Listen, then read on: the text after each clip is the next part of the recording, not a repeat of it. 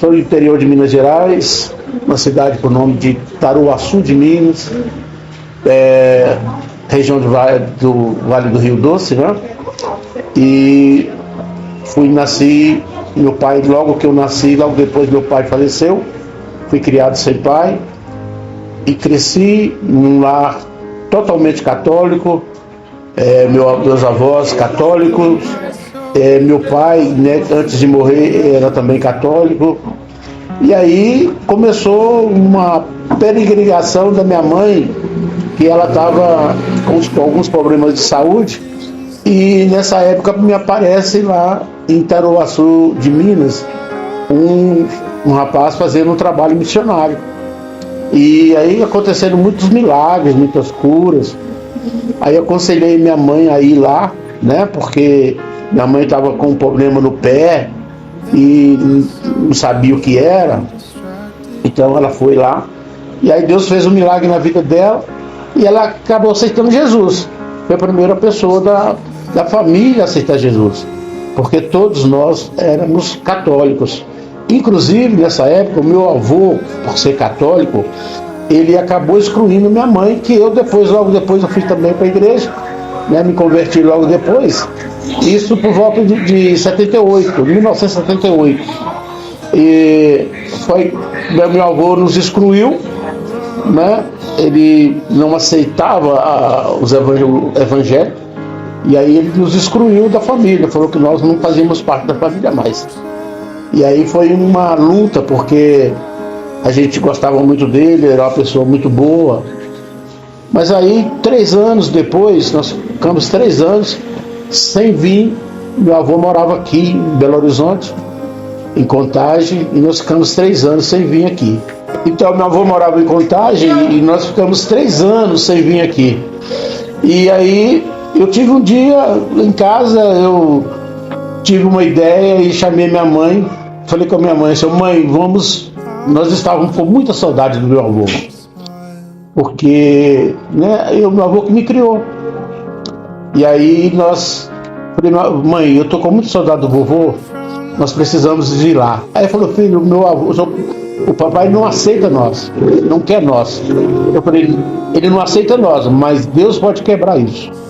Vamos fazer o seguinte, mãe, vamos fazer uma campanha de jejum e oração de madrugada para a gente ir lá. E vamos programar no final 30 dias de oração e jejum.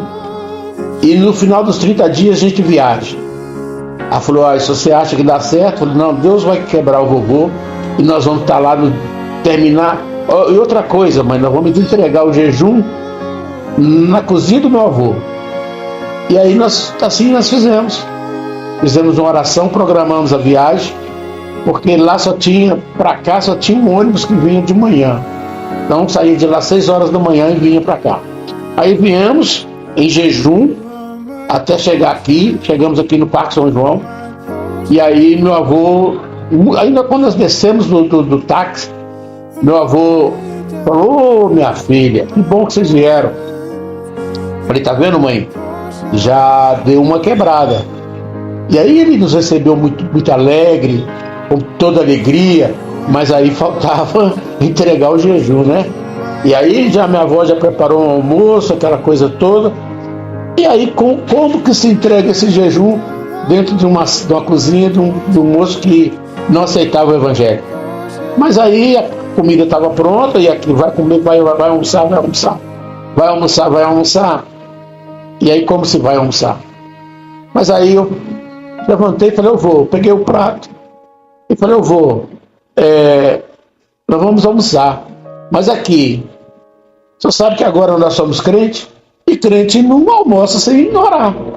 Meu filho, tirou o bonezinho dele e aí foi sua bênção. E aí continuou, né? Começou aí nossa caminhada.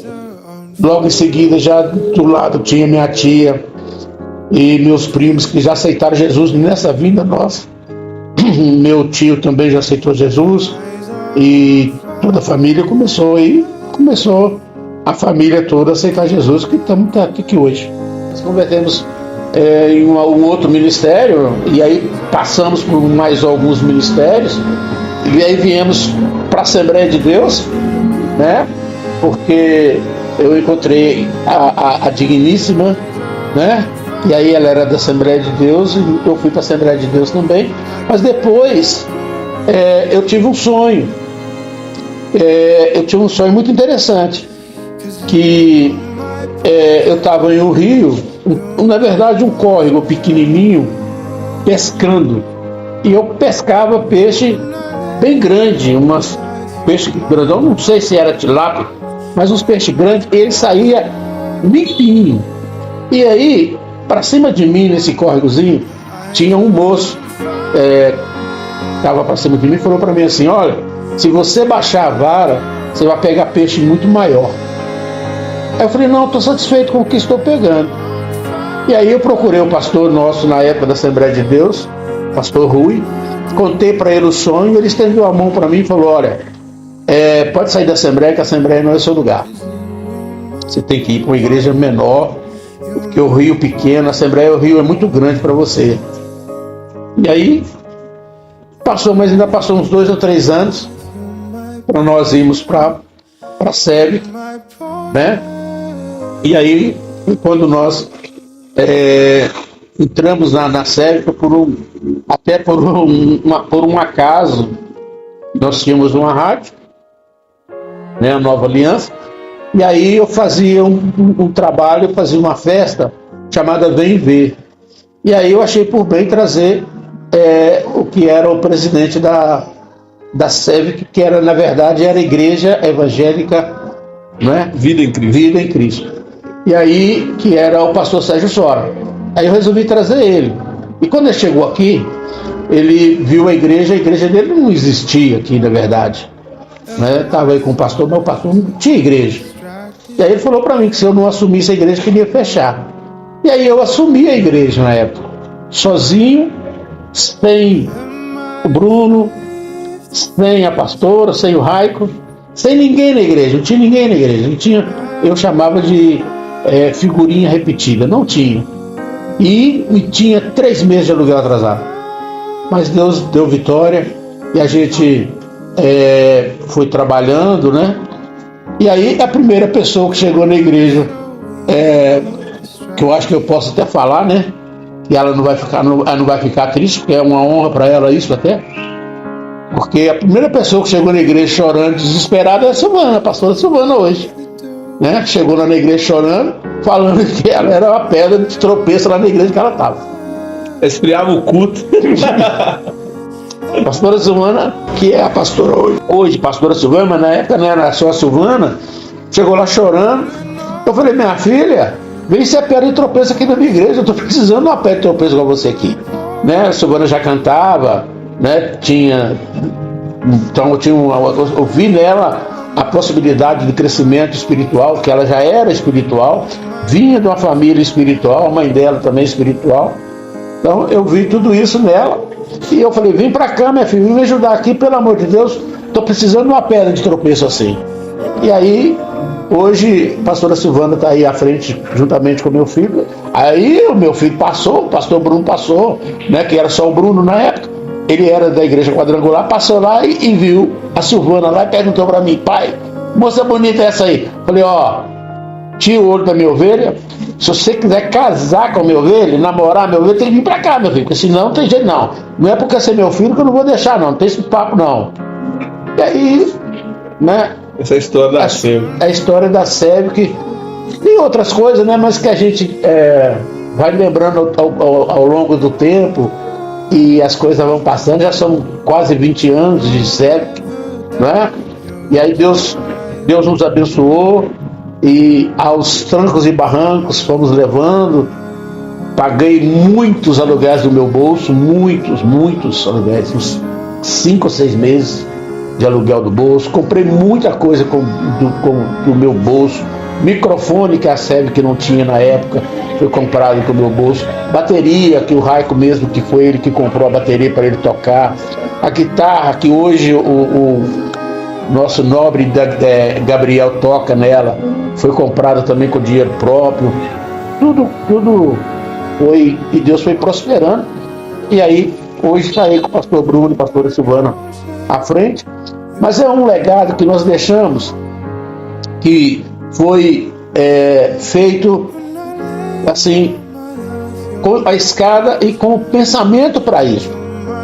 Eu não sei se o pastor Bruno lembra que eu acionei um amigo nosso em comum, que você era da Quadrangular. Eu acionei esse amigo nosso e falei para ele, fala para o Bruno, pra ele vir para cá me ajudar, porque futuramente ele vai ser o pastor da igreja. Você lembra disso? Então, hoje o Bruno ser o pastor da igreja é porque antes dele vir para a igreja, eu já profetizei que ele seria o pastor da igreja. E tem uma coisa muito interessante depois que o pastor Bruno veio, né? Tem uma coisa muito interessante que aconteceu na série. Duas coisas muito interessantes. Uma é o Danilo, que hoje, né, é o líder do louvor. Danilo era uma criança, eu chamava o Danilo de missionário. Missionáriozinho. Foi meu primeiro missionário, Danilo. E uma coisa que aconteceu muito interessante com o pastor Bruno, né? Ele tocava, mas ele não sabia muito tocar. E aí um dia, eu não sei se ele também lembra disso, tinha acontecido um fato desinteressante na igreja, que eu não preciso relatar agora, mas o pastor Bruno, eu estava muito triste porque não tinha pessoa para tocar na igreja. E aí eu estava orando na igreja, e aí falei com Deus que era para Deus enviar uma pessoa para tocar para nós, que eu queria um levita. E aí Deus falou para mim assim, seu levita aí. Eu levantei a cabeça, abri o olho, o Bruno estava em pé na minha frente, você lembra disso? O Bruno estava em pé na minha frente. Falei, Senhor, você não está entendendo o que eu estou falando. Eu estou querendo um cara que toca, que canta. O Bruno não, Senhor, o Bruno não. Aí ele falou, mas o levita é esse aí. 3 vezes Deus aprovou o Bruno. E aí, quando eu terminei a oração, o Bruno chega para mim e falou, pai, esse negócio de louvor é comigo e o Raio. E aí, tá aí, né? Nossa história, um pouco da nossa história, porque tem muita coisa, né? Não é verdade? Então, há um legado, né? Que foi deixado. Desde nós entendemos por gente, pelo menos eu e o Raico, né? Da família, todo domingo de manhã era dia de ir para a escola bíblica dominical. Tinha dia que a gente não queria ir, mas íamos.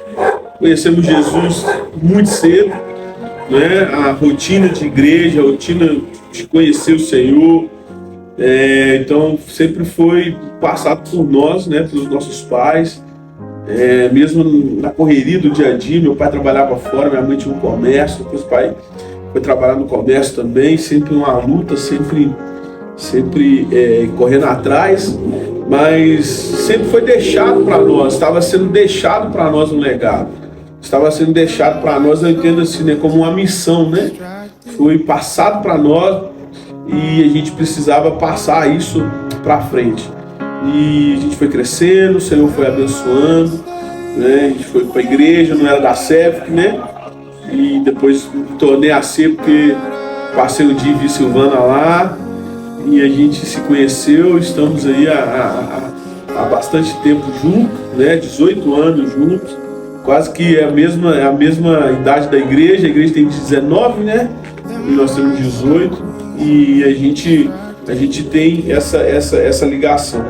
Mas eu lembro muito bem sobre o nosso tema da conferência este ano, né, que foi Deus me deu ano passado, o tema. Assim que Deus me deu, eu falei que Silvana, tem um tema do ano que vem, né? A gente vai tratar do tema legado do ano que vem, não é? E isso foi também, eu imediatamente eu lembrei de uma vez que eu estava ministrando e quando a gente vai estudar a palavra, né? E eu estava lendo exatamente sobre Jacó, o sonho que ele tem da escada, né? E a promessa que Deus faz para ele. E até ali, na história bíblica, as orações que faziam era o Deus de Abraão e Isaac, né? E não tinha Jacó, porque Jacó precisava ter ali a sua experiência com Deus, reconhecer que Deus é Deus, né? E mais na frente no mesmo texto, Deus vai falar com Jacó. Foi a promessa que eu fiz ao teu avô Abraão, ao teu pai Isaac.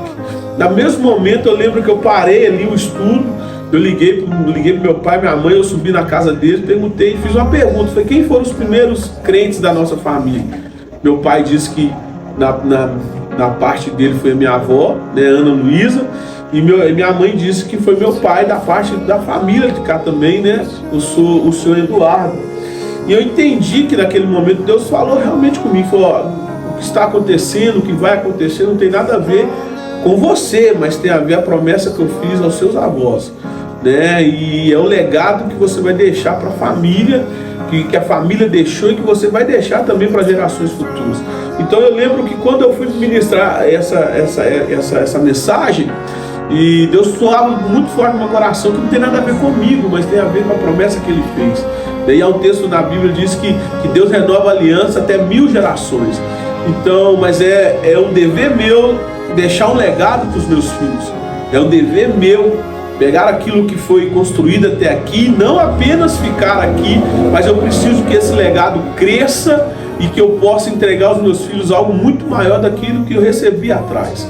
Então, vem um legado de geração em geração, vem um legado de pai para filho, vem, mas é responsabilidade minha pegar todo o legado, aumentar a ele e dar aos meus filhos também. Há um legado para a nossa vida, há um legado para a nossa casa, há um legado para a nossa família, e é dever meu aumentar esse legado pelas gerações futuras. Amém?